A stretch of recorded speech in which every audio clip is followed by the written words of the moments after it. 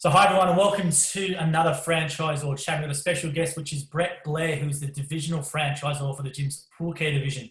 And they also feature on the gym's Monopoly board as well. Do you know what services you have on the board? Do you remember? You know you've made it if you're on Gym's Monopoly, mate. Thanks for having me, Joel.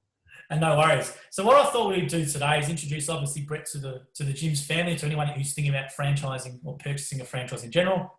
Brett will have some great advice about that and tell his story as well. And we'll also touch on the franchise offering yourself, some advice for franchisors in the group as well, some general business advice, and then obviously some questions to get to know Brett better. So let's start off first with Brett about your story with gyms. I know it's a long one, but if you can try and do a quick summary for people who are meeting you for the first time to let them know. No worries, mate. I do talk too much once I get going. So my story, in a nutshell, was IT project manager, moved to Queensland when I was about 35, about to start a family. We knew we were going to have a couple of kids, didn't want to work the 60-hour weeks in the city. And I know a lot of people are going through that right now. Do I want to be working and commuting in the city? And, you know, we're getting lots of interesting franchise inquiries about people wanting to change their career and their life because families become a little bit more important. So that's what happened to me 15 years ago. Long story short, I went to a franchise expo, found out about Jim's Pool Care. Thought it was a great opportunity because it was labour and retail. I just didn't want to be swapping time for money. I needed to be able to throw something else in that mix because I'd read a lot of books my whole life, which is one thing I'd encourage people to do is read lots of books about sales and entrepreneurship and that. And then brought a franchise, got that going with a master franchise, started selling franchises, loved the system so much. I brought the whole division and worked with Jim on that, and that went through. I brought it off an entrepreneurial couple who had started it up. It was around 28 franchises back then. We're now up to 112 franchises. So that's a little over 10 years or so. I've done that. But I guess the goal in taking on that division was about improving it. I'm always constantly trying to improve what we're doing here at Jim's Pool Care. So whether it's marketing, the way we look, the way we handle sales, better deals for the franchisees. I'm always crunching deals with suppliers and trying to get a better lick for the franchisees. Lots of training. We're training more than ever nowadays. So I thought what's happened recently might slow down our training, but we've had some great online webinars going on nationally and massive attendance. Like we're getting 50 franchisees to online training webinars, learning more about pumps, filters, chlorinators, chemicals. But yeah, so my story was I went from zero to hero in the space of about 3 years. So it went pretty quickly, but I was motivated. I was always a motivated young guy who wanted, I figure if I'm going to go to work each day, why not go as hard as you can? So. And you said something I found really interesting and probably goes into your franchise offering was the time for money. You want to be more than that. I don't know, in Pool Care, you have multiple revenue streams or income streams that potentially someone can make. So maybe you want to touch on that. Yeah, so I guess the beauty of Pool Care is a couple of things. You're showing up, you're getting paid to show up for the service call. We then test and balance a pool, so it needs chemicals. We get great margin on bulk chemicals because we don't necessarily need the pretty retail packs, so we buy bulk chemicals for our franchisees. We then sell all the accessories, so, you know, pool poles, scoops, whatever, baskets, and then we sell the more lucrative items around pool equipment, so pumps, filters, chlorinators, pool heating. Great margins on a lot of that equipment. So now, you know, on my half hour an hour service, I'm not just making the $70 or $80 call out. I've made money on the chemicals. I might have fixed some equipment. I might have sold some new equipment, and that's just all in one service call. So the opportunity is there. Now, that's not every job, Joel, but the goal there over time is to build good, regular, repeat customers. So that could be regular as in I go every 2, 3, 4 weeks, or it could be regular as in I provided a great service. So you're a bit of a casual customer, but you get me out as required. And the goal there is customer service. If the guys show up and provide great customer service on that first visit, leave a good taste in the customer's mouth and they're impressed with their level of knowledge and the way they spoke to them and the way they helped them, which is what I tell the guys. Think of the long game, just help customers. Then even if they don't want you to come out every fortnight or every month, they're probably going to call you next time there's a problem. And what's included in your initial franchise offering? So you might have a guy or a woman looking online and and go, they see a price for a franchise. Can you explain to people the price of, or the generic range of the price of the franchise, but also what they get for that purchase price? Yeah, so our current package is $69,000. We're doing a review on that in the coming months, so I'm not sure if it's going to go up, but it'll be around $69,000. 25,000 of that we spend back on the incoming franchisee. So years ago, it used to be 44,000 plus, and it was a little bit confusing for people coming in and for banks and for having to get finance. So we just packaged it up into what we call a business in a box. So for 69 grand, you just come on board. You've got to get a vehicle, but you come on board. We spend 25,000 on you. That includes all your startup stock, chemicals, uniforms, your accounting setup, training in Melbourne, training on the road up here. Everything that you can think of, we cover off for you. So we've tried to make it really easy. We've got an A to Z checklist we tick off over the first month or so. And really, you've just got to work your way through that, follow the bouncing ball. And normally within about 4 to 6 weeks, you're on the road and invoicing customers. So we can take a bit longer if you're transitioning from work. Sometimes guys or ladies come on and they transition. So they might want to wind down a job and start up the pool care business slowly. But for people that jump straight on board, they're into it in normally 4 to 6 weeks. And what's the actual training like? Because obviously you have a lot of people who might be looking around now, especially this time with a career change. They sort of might not be as confident. Go, I don't have much knowledge about pools, but yeah, I like the sound of it. So what's the actual training, or what confidence in the system can you give people who may be thinking of doing something completely different to what they're doing now? Funnily enough, the majority of our franchisees have never been in the pool industry. So we've had a handful that have had businesses and said, I want to be part of gyms, and they've gone on to build even more successful pool businesses. But the majority of people coming in, engineers, bank managers, tradies, builders. We've had builders come on board, all sorts of people, retail people, know nothing about pools. And most of our franchisees haven't even owned a pool. So what I want to give people who are coming on board is peace of mind that we will teach you what you need to know. So I guess it is something people need to think about is, how am I going to go with learning all this? We will make sure you learn what you need to know and to get you out and on the road and making money. But we also provide ongoing training. So there's 3 days initially in Melbourne with gyms, depending what's going on. That can be done in Melbourne or remotely. 10 days on the road training, which is a job logbook. So they go out with an experienced franchisee / trainer, and they tick off every aspect of our business over those 10 days. They then have what's called a 30 to 60 day follow-up logbook, which is any task they didn't cover off in those initial 10 days. Sorry, mate. Well, it looks like my wife's tracked me down. Anything they haven't covered off, we'll make sure we follow that up. We then provide them additional training with some sales training. We introduce them to all our local suppliers who will do some one-on-one training. Franchisors then ongoing after that have to have 6 to 8 meetings a year. In pool care, many years ago, we made sure that if we're going to have meetings, we make them valuable. So we normally get an industry expert in, or something about invoicing or sales or product training where we pull something apart and learn more about it. So we do 6 to 8 of those a year, and then we have coffee catch-ups. So franchisors and franchisees, several times a year we'll catch up with franchisees. We encourage franchisees to catch up with each other.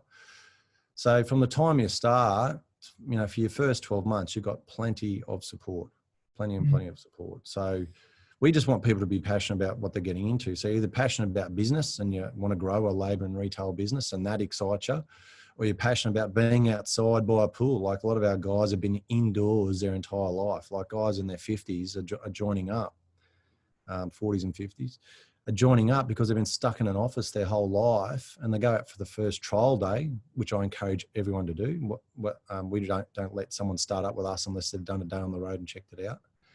Is they go out on the road and they come back and they have a chat with me and they just can't believe it, depending on the weather on that day. But, they're outside, fresh air, they're visiting amazing homes with pools.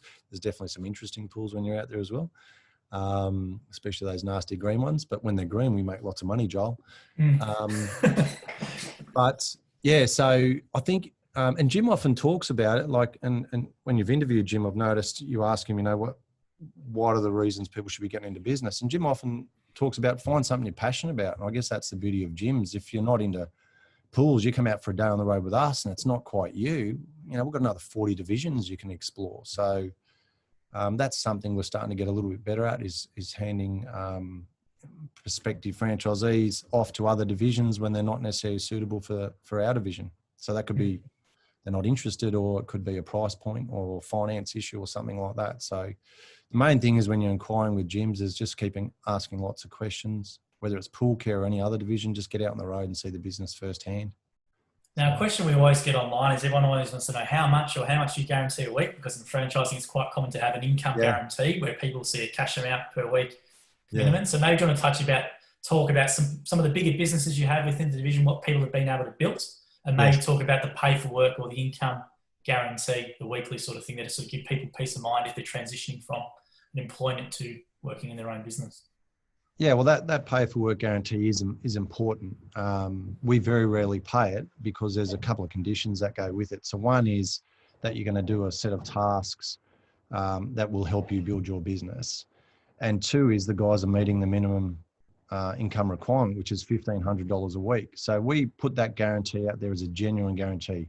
If you do everything that's required of you, and if you don't make $1,500 a week on average per month, we'll gladly top you up because, you've invested in us, you've backed yourself, you're following the system, then we'll gladly top you up. The only thing with pool care is we don't pay that for the 3 or so months during the middle of winter. Not that our guys don't work all year round, but we can't generate that volume of leads for a new guy in the middle of winter. With that being said, we start up guys all the time during winter because they might be transitioning into the business or they're happy to just cruise into the business. But from, about now onwards, which is sort of August, September, we start to get busy right across Australia, and that'll go right through till sort of April, May next year. Once you've been going for a couple of years, you'll have, 70, 80, 90, 100 regulars, and you'll be busy, right through winter. It'll be a little bit quieter. So you'll have some time at the end of the day. You'll be able to take a few days off or take a couple of weeks off if you want to, juggle your jobs around.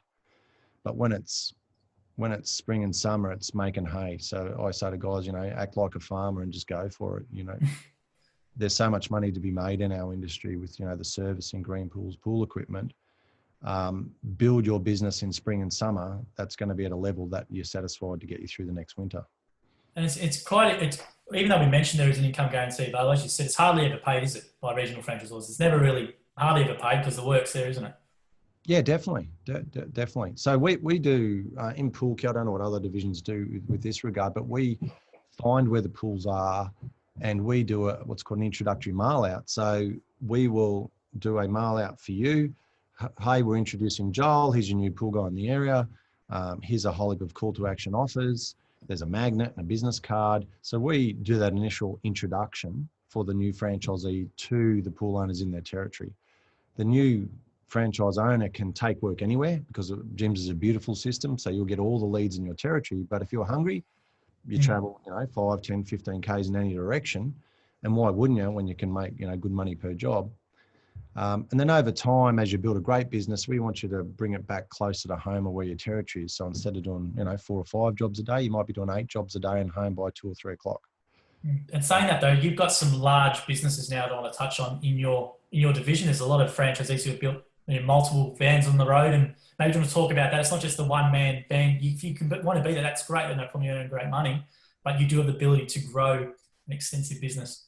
Yeah. So we work closely with the franchisees each year. We offer them business reviews if they want to take us up on that. And a lot of that business review is around how'd you go last year? What are you planning for this year? And what are your goals? So if your goals are, I'm maxing out with my time, but I want to make more money, you start to explore, do you need an off-sider in the van with you? Do you need a second van with a skilled technician who supports your business? How do we grow it? So guys come and go with that sometimes. So there's guys with really great businesses. So we talked about income. We can't guarantee anyone's income, Joel, but we know if you follow the system, you'll make good money. But, a good goal for a new franchisee would be somewhere between 100 and 150 grand in the first 12 months. depending. It's great money, which is great money for anyone. Yeah, that's gross turnover. Yeah. It's not in your pocket, but it's gross turnover. It is good money. And it depends on what city you're in and what we're charging. But over a couple of years, we've got plenty of guys heading up towards 200,000 turnover. We've got individuals doing, $220,000 to $250,000 turnover. And this is not pie in the sky stuff. This is real stuff. And then once you turn over more than 250,000, you've got probably more than 120 regulars. You've got to start thinking about staff. So in transitioning to a staff-driven business where you might have a couple of vans and a few staff, you might go sideways or backwards initially, but then you start to create leverage. So you'll free up your time a little bit. You'll be able to duplicate yourself. You might become more responsible for winning the new customers and quoting jobs in a timely manner because you're so busy before. You mightn't have been doing things in a timely, efficient manner. And then you can take time off. So a guy up the Sunshine Coast, Stephen, he's a franchisor as well as a franchisee. He's built a business with 2 or 3 vans on the road. And he just decided 3 weeks ago that before the season takes off, he was going to take 3 weeks off and go up to the Cape. So he just started posting some photos. He's on his way back down. He called me yesterday, had a great chat. And he said, I was only able to do that because I had 2 staff who ran everything for the 3 weeks I've been away. So that's leverage. Now, if you don't build a massive business, but you're busy and you're making good money, you can still have a week or 2 off because you can bring the customers forward, push a few back. You get a couple of franchisees to help you out with your weekly clients. At the end of the day, Joel, it's your business. That's what I love about gyms. It doesn't matter what division, it's your business. As a franchisor, I'm not making anyone work any harder or any less than what they want to do. So, And for yourself, I know you're big into personal development, reading a lot of stuff and taking advice from all channels. I know a lot of franchisors and gyms that tend to sort of stay insular and within the gym system, or within the gym's people in the system. What do you do outside of gyms to improve your business or to improve yourself, or motivation or ideas? What do you do? What do you look for? Yeah, so I every few years or so I get a business coach. So I've got a great business coach at the moment, Tony Meredith Coaching. He's been great for me for the last 18 months. Coaches keep you focused and they make you accountable, which is the problem with all of us in business and even as employees. If you're not made accountable, if I said I was going to do something by next week and I don't do it and no one cares. But if that was an important thing I needed to do to grow my business and the business coach says, so Brett, you said you were going to do that. And I say, I didn't do it. I'm now accountable. So when I know he's going to call me, I might quickly do it before he calls me because I want to make sure I've done it. Business coaches aren't for everyone, don't get me wrong. And they do cost a little bit of money, but I believe they're worth the investment. Books. I believe in reading books. I'm not much of a digital reader unless it's snippets. So I like reading little blogs and articles. So I subscribe to different things. YouTube, there's so much good content. You need to find the motivator that works for you. So you'll get a bit of a theme from time to time of people who produce lots of good content. I go to seminars, I do webinars. So, when you're the franchisor or divisional, even as a franchisee, you just got to step out of your comfort zone and surround yourself with other business people. They don't have to be gyms people. So a couple of times a year, I'll go to big business entrepreneurial seminars and I get great energy out of that stuff. And you always go away with a couple of ideas. Some of them are free. There's plenty of free webinars, seminars, because they're going to try and get you into the $100 course or into the $500 course, into the $10,000 course.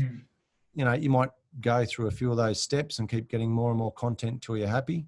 Or you might go all the way to the end and do the full course, whatever works for you. But if you're not so we're in business. If you're not immersing yourself in business thinking, you're really just working alone and winging it, because the business world is moving so quickly at the moment. You need to be immersing yourself with what's going on out there. You need to be able to talk the talk, whether it's, social media, trends around technology, invoicing, bookkeeping, accounting, all that stuff. It's moving so quickly. I think you've got to have a learning mindset, don't you? And you obviously have a learning mindset. I know from our chats before, you're always, as you said, you invest in yourself, which I think is an important thing, which a lot of people don't think they do. They'll spend money on, let's say, something, external or whatever it is, but rather than, getting a coach or something sometimes, even though it's a big investment, sometimes it can really be worth it to give it a go. Yeah. And it is money, mate. if I don't feel I've got $1,000 and there's a course coming up, I'm probably not going to do that course. But what if I did that course that gave me an idea that helped me sell 2 franchises? Man, that's a lot of money. So that's a lot of money. But now you've got to pick which course you do or which seminar you go to. But don't be scared to invest in yourself. And sometimes you've got to back yourself, because quite often the wife says, you spent how much on a course? You're going for how many days?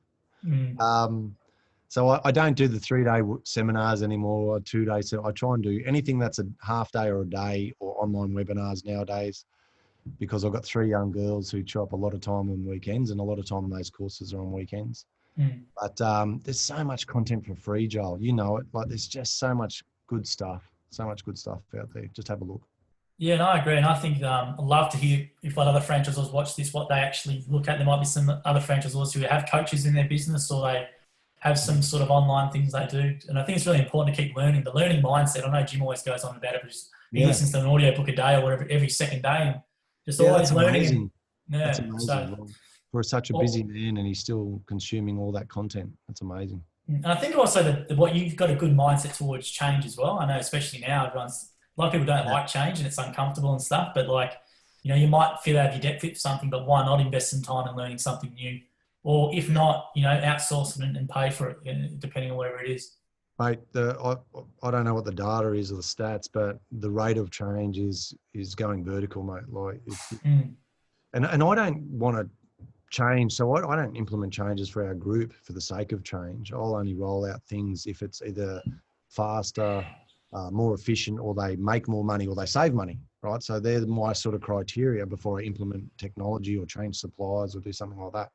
But if I'm not immersing myself in that, how would I know there was an opportunity to do something better and faster? So how much time a week do you reckon you would spend on yourself in terms of learning or educating yourself on some new things? Or it's become a bit blurred in the last few years with social media, because I can find myself vegged out on the couch just chewing up too much time, because there's so many good grabs of information. But I'd believe probably 2 to 3 hours a week.